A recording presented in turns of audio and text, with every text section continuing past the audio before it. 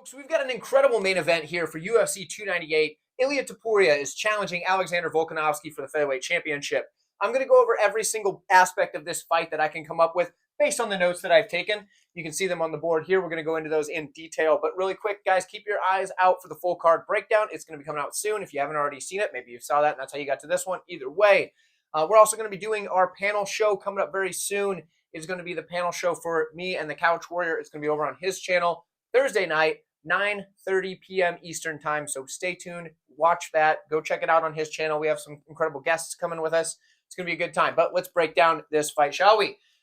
We have Ilia Topuria. He's coming in 5-0 in his last 5 fights. The guy is undefeated at 14-0 as a prospect. He's taking on the reigning champion, Alexander Volkanovski. And you say, well, how on earth is the reigning champion 3-2 in his last 5 fights and also coming off of a loss? Well, it was up a weight class.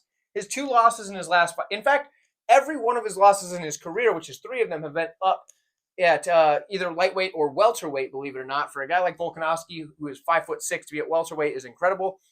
It was early in his career. He was a thicker guy back then, coming off of a rugby career. So, the last 2 fights, though, that he did lose were to Islam Makhachev, the champion, up at lightweight, also the best fighter in the world, if you ask me. So, not a lot of shame there. Now, a lot of people are down on Volkanovski based on the way that he lost that rematch.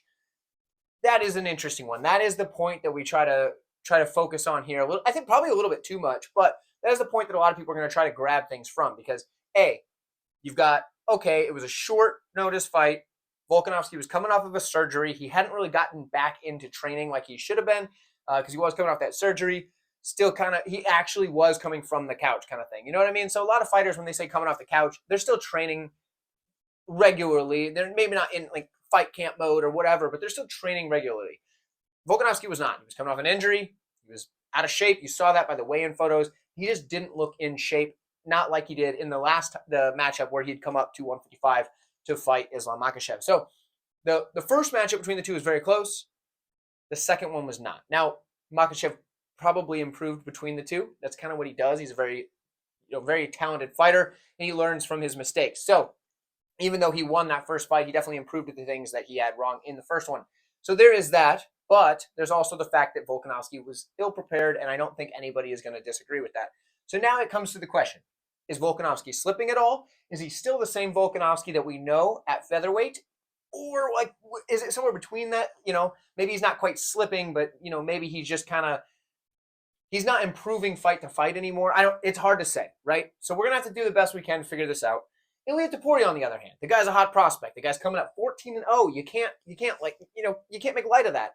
The guy has said some things already, right? He's pointed out, I'm gonna beat this guy. I'm gonna beat all these guys in the division. He's already changed it so that he claims to be the featherweight championship holder, the featherweight champion of the world on his Instagram and all that stuff. He's talking a big game. So if he wins this fight, he backed it up. But if he does not, the guy's going to look like a fool. So there is that. So when we look at these matchups, I know I kind of rambled a bit there. We look at this matchup skill for skill. What do we have? We have Topuria. He's a very solid striker with a ton of power and a ton of hand speed. When he comes in to strike, he's slinging big, powerful hooks most of the time. He does have straight punches. He's got good combinations. He will rip the body, and that's some of his best work is when he just gets in there and rips deep to the body. He's very dangerous in the pocket. Now at range, that's going to be tougher for him because I think he's going to have a hard time hitting Volkanovski, who has a freakishly long wingspan. But in the pocket, Topuria is deadly. This guy can hit you, he can drop anybody. And the one knock on Topuria, though, is when he's coming in, attacking on offense, basically, he does leave his chin exposed because he gets a lot of these big, wild, heavy shots coming forward. But his chin it's not here, it's not tight like this because he's trying to just swing and put you out. Rightfully so. He's an offensive juggernaut, so that's what he does. But he does recover quick when he's hit. We saw him get dropped by guys like Jai Herbert, and he bounced right back up and won the fight. So it's just it's his style, and it's never really come back to bite him. So as he walks these guys down, uses that big power, fast hand, like I said, he's able to get away with some of those defensive irresponsibilities. And I know that Volkanovski is a very talented striker, but he doesn't have the punching power of some of the guys that Topuria was fighting up at lightweight rather than at featherweight. You know what I mean? So it may come back to bite him, but I don't think it's going to be just like a one shot, just starches him. I don't think he's going to have to worry about that, especially after eating head kicks and getting back up. So I do think he's young enough with the durability that he can get away with this for a while.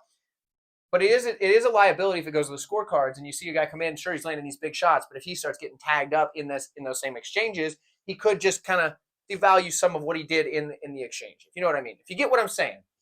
Either way, when it comes to his grappling, he has a very high level of grappling. And in fact, it was impressive to see him kind of out-grapple Bryce Mitchell in moments. Now, Bryce Mitchell is a very good grappler. When these two fought, he was able to out-grapple. In moments, Mitchell did well, right? When he got the control, took the back, that was different. But in moments, Topuria was able to stay on top, land big, heavy shots against Bryce Mitchell, who is a very, very talented grappler. He has a Greco-Roman background, and that's kind of the style of grappling that he uses for the most part. Once it gets to the mat and he's kind of settled in down there, he'll start to use that jiu-jitsu.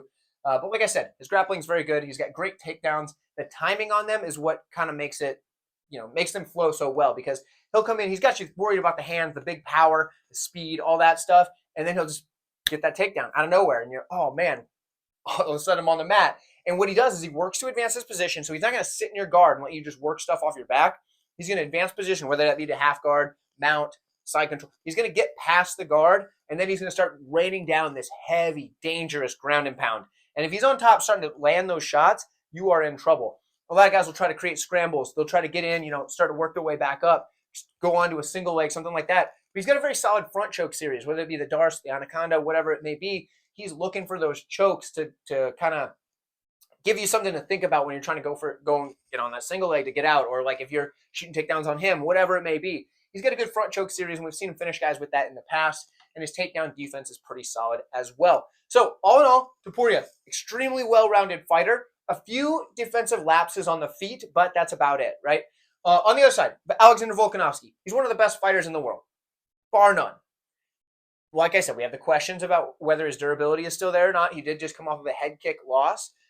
TKO, I'd say. It wasn't like out cold, but he definitely was out, right? Excellent striking, though. He controls the range very well. He darts in, lands his shots, and then darts back out. He's done that very well in a lot of matchups, and that's really important for a guy that's typically going to be the smaller guy. Topuria is closer to his height now. I think Topuria is maybe 5'7", Volkanovski 5'6". But usually Volkanovski is a shorter guy, so he needs to get in there, land his shots, and get out. He can actually work on the outside in this matchup, and that's kind of different for him. But I think he's going to be able to use that to his advantage a bit with his control over the range. Something else, he sets up his opponents with these feints, right? When he's using these feints, he's just constantly doing something, overloading his opponent and getting them to, kind of bite on stuff or just not know when he's actually coming at him with a strike. And it causes you to not really, to either overreact to stuff or just stop reacting. And that's something you can get away with and land good shots on the feet against, guys that are, starting to either freeze up or just overcommit to things. So he does a good job there, and he's very quick about all of his strikes. Something that's really impressive, though, is he cuts off the cage in a way that is different from Topuria. Topuria is going to walk you down with big power shots and things like that. Volkanovski is just doing it, by staying light on the toes and just make it so you can't really put your pressure forward. So it's going to be a tough, battle for the center of the octagon in this one, I do believe. The combinations that Volkanovski puts together are a good mix of kicks and punches. He puts them together, working that leg kick into the hands, come up top with his strikes, go back, go to the body with a kick, whatever. Doesn't throw a ton of head kicks. Again, he doesn't throw a ton of them, but the legs and the body, primarily leg kicks. He's going to work those to accumulation, but he's going to mix it in with his punches, and that's something that he needs to do, because working those leg kicks to accumulation on the guy that's trying to come forward on you, that is a good strategy that can pay off over the long haul to slow somebody down, prevent them from being able to just plant on that front foot and throw big bombs as they're coming in. If you can, over 5 rounds, build up some damage on that lead leg, they're going to have to kind of either A, switch stance, or B, rethink their aggressive forward pressure, because they're going to start not being able to put as much weight on that leg. So all good, everything like that. But we do wonder, is he still as durable as he once was? 2 knockout losses in the career, one of which was forever ago at welterweight. You can't really, nothing there. The last one didn't look as good, right? We go back to it. Was it because of the short notice, or was it because he's getting older? He's like 35 now, so who knows? At featherweight, that is a bit older. There's the whole 35-year-old curse, whatever it may be. But his grappling. Let's talk about his grappling for a little bit, because he's got a solid grappling skill set, and we saw him go. through these exchanges with Islam and in a way that nobody else really could. Even Charles Oliveira couldn't compete with Islam on the mat. Volkanovski was able to do so at least some, right? Now, Volkanovski was still definitely the lesser grappler than Islam, but not by a big margin, because in moments he was able to look really good. And in the 5th round of their first matchup, he was on top, landing ground and pound on Islam, which is incredibly impressive. But he mixes in his takedowns at the end of combinations. If he can do that to a guy like Ilia Topuria, just to kind of like steal rounds away, right? Throw in his combinations, and then all of a sudden he drops, gets the legs, and lands a takedown. Even if it was a close round, just being able to do that at the end of rounds, which he does, he steals rounds very well. That's something I could see him putting to use in this fight, at least early on in the matchup. He's got good takedown defense, and if he does get taken down, he works back to his feet really well. The way he does that is he starts scooting back to the cage. He gets his legs underneath him and just explodes up to the cage, and then works to reverse position against the cage. Does a good job there. The one time his takedown defense isn't good is typically when his legs get caught, like on his kicks, right? So if he throws a kick, gets caught, which a guy like Topuria being shorter is going to be able to catch those leg kicks easier than somebody who's taller. If he gets the leg kick caught, taken down that way, that is definitely a possibility in this matchup, and that's something that I can see Topuria maybe being able to capitalize on with the grappling. Other than the kicks getting caught, his takedown defense is pretty good. He's excellent in the scrambles, and he's excellent with the sweeps. Say he ends up on the bottom, right? He's in guard. He's trying to, whatever. Ilia's trying to pass. Something that Volkanovski works better than most is his butterfly sweep, his butterfly guard, right? Gets the butterfly hooks in, starts working for those sweeps, and at the featherweight weight class, him being a shorter guy, that is a sweep that he can use and doesn't need the length to really make it work. So he gets under, elevates his opponents, and flips them over, gets on top, and then starts landing his ground and pound, which is absolutely relentless. The guy's got a ton of volume, good accuracy, and he really postures up and throws big straight punches down sometimes in that grappling, most of the time in that grappling. So that's something that's probably going to pay dividends for him if he can get on top. He's very nasty against the cage, and he's nearly impossible to submit. So when we put all this together, there's not a lot of holes in either guy's game. Like I said, defensive irresponsibilities on the feet, questionable durability, could get taken down off the leg kicks. And like I said, he's working a lot of leg kicks. He's going to use those to accumulation, like I said. So that means there's a lot of volume of the leg kick, which means he can get taken down off of kicks getting caught. It's kind of, is the old guard still here, or is the young guy coming up getting the win? I think this is a tough fight for both guys, but here's the thing that gets me leaning one way, right?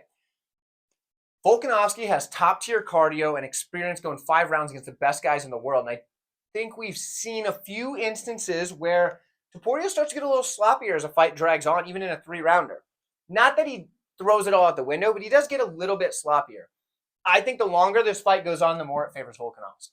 So there is definitely some upside early for Topuria. I think he's very talented, and I think he's a very skilled fighter. I think Volkanovski's going to pull this one off. And I think it's going to be a fight where maybe the first couple of rounds are very close. Maybe Topuria's winning them. But rounds 3, 4, 5 especially, Volkanovski's going to start pouring it on him. And I think the volume's going to be there. He's going to keep coming at a higher rate than a guy like Topuria can in the later rounds. The volume, the speed is still going to be there. The pacing is still going to be there. He just keeps on coming at you. And I think that Volkanovski is going to be able to get this one done. And I think that in a matchup where people are down on him because of his last fight, there's a lot of value on a guy like Volkanovski here. And I understand that challengers have been winning a lot of titles lately, and there's been a lot of titles changing hands. Volkanovski's not the guy that's going to lose the title, at least at this point yet. I'm not convinced. Now, could Topuria get the upset? Yes, but I think he needs to get it done early, because I think over the course of the fight, Volkanovski is going to do very similar to like he did to Islam in that first matchup with him, where at the end of the fight, he's the guy that's looking like the fresher fighter. So for me, my pick is Alex Volkanovski to retain the championship and still featherweight champion of the world, Alexander Volkanovski. Thank you guys for watching this video. Please like this video on your way out. It does help the channel a ton. Check out all the links in the description. They're also great. Get yourself a shirt. I got this one here, as well as the Crack Open a Root Beer shirt. That one's been selling like crazy, so I do appreciate that. Thank you guys so much for your support. And again, like the video. Tell all your friends about it. Comment your pick down below. Who do you think is going to win this thing? And also, last thing, if I haven't already announced it, which I don't think I have, I'm doing an MMA trivia event, right? So we're doing a little MMA trivia. I'm going to play a game show host. being a game show host was always my dream job as a child. Obviously, that didn't work out for me. So here I am on YouTube. But we're doing MMA trivia. I've got 1 contestant so far. I need 3 total. So that leaves 2 more spots. If you are an expert MMA trivia player or whatever, and you're not afraid to be on camera, let me know in the comments, and we can maybe get you set up to be one of the contestants on MMA trivia. So let me know. Either way, keep an eye out for the full card breakdown. I will see you guys soon. Drop your picks below. See you there.